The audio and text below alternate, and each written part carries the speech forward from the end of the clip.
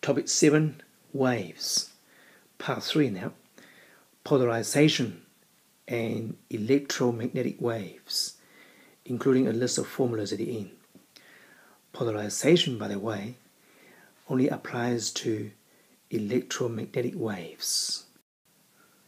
Unpolarized waves oscillate in all directions, whereas polarized waves oscillate in one direction only.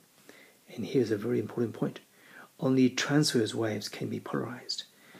Longitudinal waves cannot be polarized. Here is a three-dimensional representation of an electromagnetic wave, like this. As you can see, it oscillates in all directions, vertically, horizontally, in every other angle. And as it goes through what we call a polarizer here, it gets polarized. And when it comes out, it only oscillates in one plane, which is vertically in this case. This one here shows the end view of unpolarized light.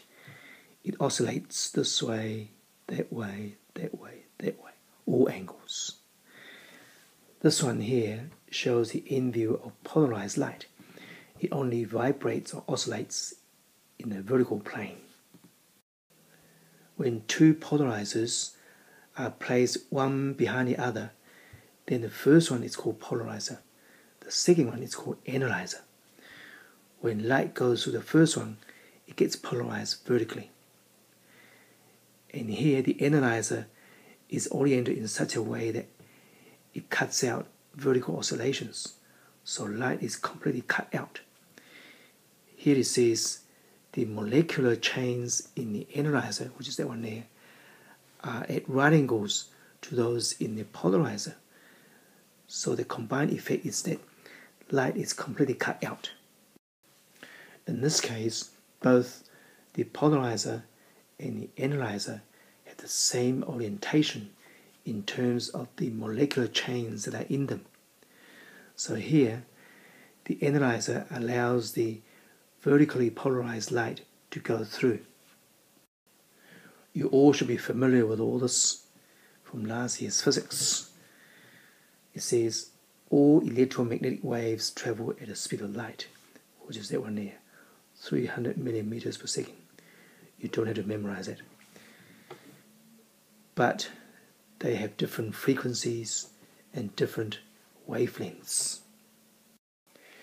You have to memorize these major electromagnetic waves, starting from radio waves, having the longest wavelength and the lowest frequency. At the other end of the spectrum, gamma rays have the shortest wavelength and the highest frequency.